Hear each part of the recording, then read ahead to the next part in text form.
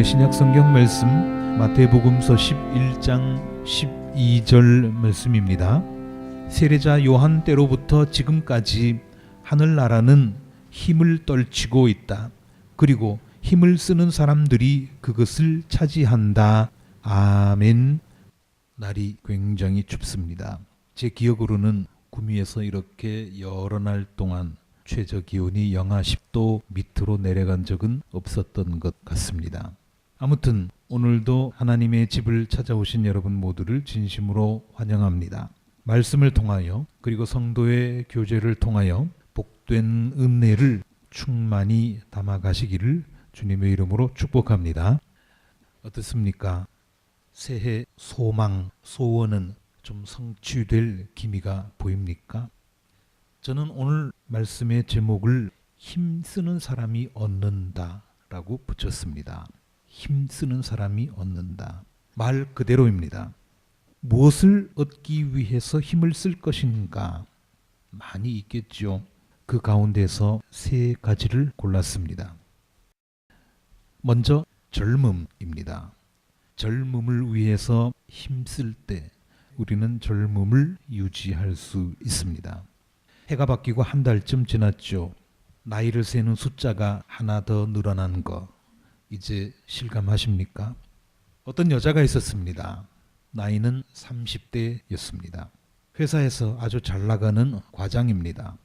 어느 날 회사 동료들과 봉사활동을 나가기 위해서 모였는데 그날은 모자가 달린 노란색 티셔츠에 청바지를 입고 나왔습니다. 그걸 보고 신입사원인 후배가 말했습니다. 과장님, 오늘 너무 젊어 보입니다. 만일 누군가가 여러분에게 이런 말을 한다면 여러분은 어떻습니까? 기분이 좋습니까? 보통은 기분이 좋죠. 그러나 이 여자 과장은 분을 사귀지 못해서 한마디 내뱉었습니다. 뭐? 내가 무슨 할머니야? 어려 보이는 것도 아니고 젊어 보여? 이 사람은 태어나서 젊어 보인다고 하는 말을 처음 들었습니다. 화가 날 만도 하죠. 아니, 내가 그런 말 들을 나이야? 말도 안 돼. 그런 생각이었습니다. 30이면 환갑까지 딱 절반입니다. 어떤 사람이 나이 30에 대해서 이런 말을 했습니다. 30살, 앞으로 10년 동안도 계속 외로울 것임에 틀림없고 아는 사람 가운데 독신자는 솔로는 줄어들 것이며 열정의 서류 가방은 얄팍해질 것이고 머리카락 또한 줄어들 것임이 분명하다. 어느 소설에 나오는 얘기인데요. 나이 30이 되면 자, 이제까지 솔로로 살아서 외로웠지만 이제부터는 결혼도 하고 하면 좀 안 외로울 거야 라고 생각하지만 그거 다 오해라는 겁니다. 앞으로도 외로울 것이다. 아는 사람 가운데서 시집가고 장가가고 솔로들은 점점 줄어들겠죠. 열정은 점점 식어갑니다. 그리고 가장 심각한 거 아닌지 모르겠는데 나이 30 지나서부터 저도 그랬습니다마는 머리카락이 자꾸 빠집니다. 젊은 사람들은 앞으로 거의 누구나 30살이 되겠죠. 나이가 든 사람들은 예외 없이 모두 다 30살 나이를 겪었습니다. 이렇게 30을 지나면서 사람은 늙어갑니다. 그래서 어떻게 해야 됩니까? 젊음을 잡아야죠. 힘쓰는 사람이 잡는다고 하지 않았습니까? 어떻게 잡으면 되겠습니까? 속절없이 지나가는 나이. 어쩔 수 없이 나이는 먹겠지만 그러나 젊음은 힘쓰는 만큼 잡을 수 있습니다. 일본 얘기인데요. 일본 사람들이 영웅으로 여기는 사람 가운데에 도쿠가와 이에야스라는 사람이 있습니다. 우리로서는 썩 마음에 들지 않지만 이 사람들은 굉장히 존경하는 인물입니다. 이 도쿠가와 이에야스가 어떤 사람을 만났는데 이런저런 이야기를 나누다가 들어보니까 상대가 자기 어머니를 안다는 거예요. 그 사람이 내 어머니를 안다? 그러면 나이가 좀 들었다는 얘기죠. 보니까 이제 한 30대쯤 되었을까 싶었는데 어머니를 알고 그리고 어머니보다 2살쯤 나이가 위라고 합니다. 너무 젊어서 젊음의 비결이 뭐냐고 어떻게 해서 그렇게 젊음을 유지해 나갈 수 있느냐고 물어봤습니다. 그랬더니 그 사람은 이렇게 말했습니다. 예, 저는 불로장생의 영약을 먹고 있기 때문이지요. 불로장생, 늙지 않고 오래 사는 신비한 약을 먹고 산다는 겁니다. 그게 뭐요? 그랬더니 이 사람이 하는 말이 이겁니다. 어제를 잊고 내일의 걱정이 없는 자에게는 들이마시는 숨, 내쉬는 숨 모두 불로장생의 영약입니다. 어디 가서 약초를 캐와서 먹는 게 아니라 어제를 잊고 사는 사람, 내일에 대한 걱정이 없는 사람, 이 사람은 들이마시는 숨도 불로장생의 영약이고 내쉬는 숨도 불로장생의 영약이다. 다른 거 아무것도 먹지 않아도 그저 숨쉬고만 살아도 불로장생의 영약을 먹고 사는 셈이다. 그렇게 얘기를 했습니다. 예수님도 그러셨잖아요. 무엇을 먹을까? 무엇을 마실까? 무엇을 입을까? 걱정하지 마라.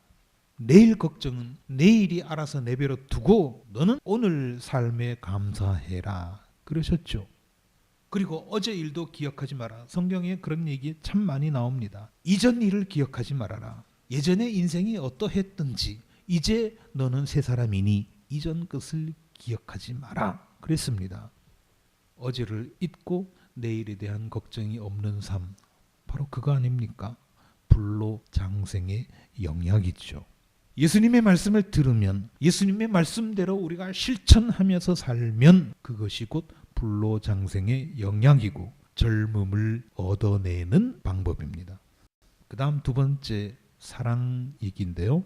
세상에 강한 것이 많지만 위력을 떨치는 것이 많지만 돈도 강하고 권력도 강하고 외모도 강하고 그렇게 힘을 쓸 수 있는 것들이 많지만 사랑보다 강한 힘은 없다고 합니다. 사랑이라고 하는 것이 우리 눈에는 보이지 않지요. 그러나 그것은 매우 강력한 주파수의 파장입니다. 엄청난 기운입니다. 우리가 사랑의 전파를 내뿜으면 우리 주변은 사랑의 기운으로 가득 찹니다. 만일 여러분의 증오의 전파를 내뿜으면 여러분의 주변은 아비규환의 지옥이 됩니다. 미국에서요, 한 10년 전의 얘기인데 로리라고 하는 여자가 있었습니다. 이 사람이 어항에다가 금붕어를 기르고 있었는데 처음 길렀기 때문에 물고기 돌보는 일이 좀 서툴렀습니다. 그래서 금붕어들이 많이 죽었습니다. 그 가운데서 두 마리가 계속 살아남았는데 한 번은 밖에 나갔다가 점심 먹으러 집에 와 보니까 깜짝 놀랐습니다. 기겁을 했습니다. 수족관 속에 물고기들이 좀 재미있게 놀라고 탑을 하나 넣어뒀는데 금붕어 한 마리가 어쩌다가 그 속에 갇혀버린 겁니다. 아마 틈새가 좀 좁았던 모양이죠. 나오지를 못하는 겁니다. 빠져나오려고 발버둥 쳤지만 탑의 벽에 부딪히고 창문에 부딪히고 탈진해 있었습니다. 한 마리 남아있던 다른 금붕어가 그 금붕어를 향해서 헤엄쳐 가서 어떻게 좀 해보려고 주변을 맴돌았지만 방법이 없습니다. 속수무책입니다. 그래서 로리는 수족관 속에 있는 탑의 손가락을 겨우 삐집고 집어넣어서 어렵게 금붕어를 꺼내주었습니다. 탑에서는 빠져나왔지만 금붕어는 몰골이 말이 아니었습니다. 온몸에 비늘과 속살이 벗겨지고 오른쪽 눈은 찰과상을 입어서 퉁퉁 부어 있었습니다. 비실비실 깔아앉듯이 수족관 밑으로 내려가더니 거의 움직이지 않았습니다. 곧 죽을 것 같았습니다.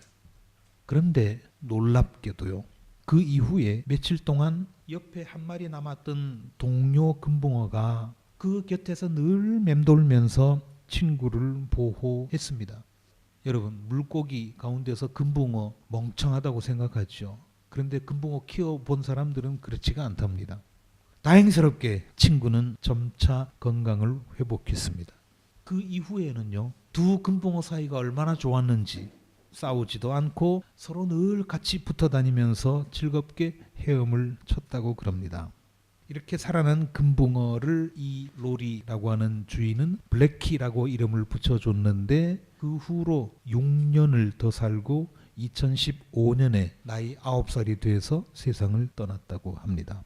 그 친구를 보살피던 금붕어의 이름은 시비스킷이라고 이름을 붙였는데 시비스킷은 아직까지 작년에 들은 얘기인데요. 아직까지 건강하게 잘 살고 있답니다. 저도 몰랐는데요. 금붕어가 40년을 산답니다. 굉장히 오래 살죠.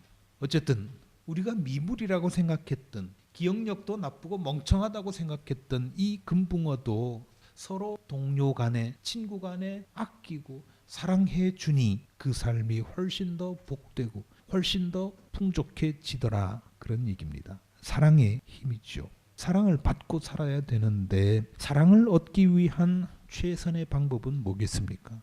그것은 다른 것이 아니라 사랑을 주는 것입니다. 사랑을 베푸는 것입니다. 그래서 성경에도 서로 사랑하라, 서로 사랑하라 수도 없이 나오죠. 사랑을 얻기 위해 힘을 써야 되는데 사랑을 얻는 최선의 방법은 서로 사랑하는 것입니다. 마지막으로 자리 이야기입니다. 젊음을 얻고 사랑을 얻었으면 자리를 확보해야 됩니다. 사람이 불행을 느끼는 이유 여러 가지가 있겠지만 그 가운데서 큰 이유는 뭐냐 하면 자기 자리에 합당한 인정을 받지 못하기 때문입니다. 그래서 싸움도 나는 거죠. 부모가 부모 대접을 못 받으면 참 인생 불행합니다. 자식이 자식 대접을 못 받으면 참 불쌍합니다. 자식이 부모로부터 사랑을 받고 형제 자매로부터 친척들로부터 귀여움을 받고 이쁨을 받아야 되는데 아무도 없이 고아처럼 산다면 그 자체가 불행 아닙니까? 형이 형 대접을 못 받고 동생이 동생 대접을 못 받으면 인생이 우울해집니다. 자리에 마땅한 대접을 받을 때 우리는 자리를 확보했다 그럽니다.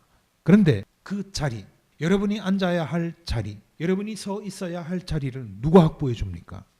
아무것도 하지 않고 가만히 있는데 이리 오시라고, 여기 앉으시라고 그렇게 하지 않습니다. 여기 부장 자리가 하나 있으니까 와서 여기 좀 앉으십시오. 누가 그럽니까? 부장 자리에 적합한 사람이 되기 위해서 부단히 노력하고 있는 힘을 다 쓰고 준비할 때에 비로소 기회가 옵니다. 힘을 써야 얻을 수 있다는 말입니다. 앞에서 두쿠가와 이에야스 이야기를 했습니다만 이 사람이 어느 날 아들을 불러놓고 이런 말을 했습니다. 아직 아들이 어릴 적에 불러놓고 지도자 수업을 시키는 겁니다. 뭐라고 했는가 하면 대장이란 존경받고 있는 것 같지만 실은 잘못이 없는지 부하들에게 언제나 탐색당하고 있는 거야. 이거 굉장히 중요한 말입니다. 대장이란, 리더란 존경받고 있는 것처럼 보이지만 항상 감시당하고 있다는 겁니다.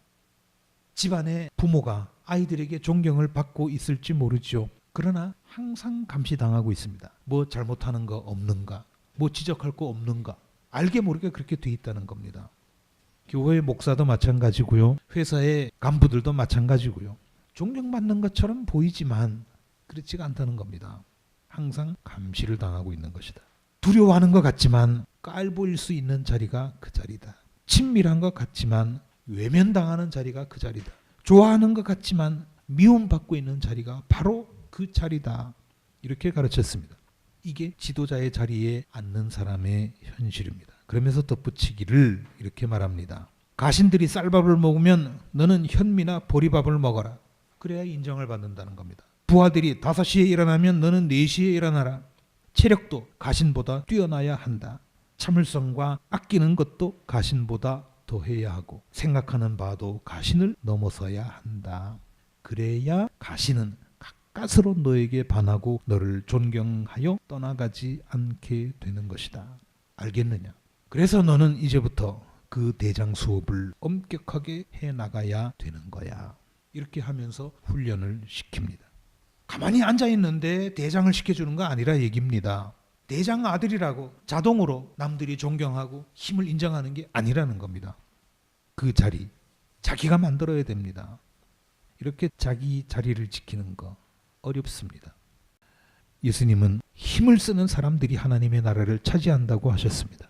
그게 어디 하나님 나라뿐이겠습니까? 힘쓰지 않고 얻어지는 거 세상에 단 하나도 없습니다.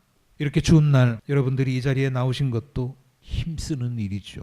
힘을 써서 이렇게 나와 앉아 있는 겁니다. 세상에 나가서 헛된 힘을 쓰면 헛된 것을 얻습니다.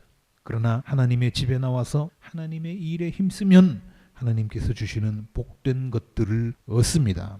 힘쓰는 만큼 얻습니다. 아무쪼록 하나님께 순종하며 참된 것을 얻기 위해 있는 힘을 다하는 저와 여러분이 되시기를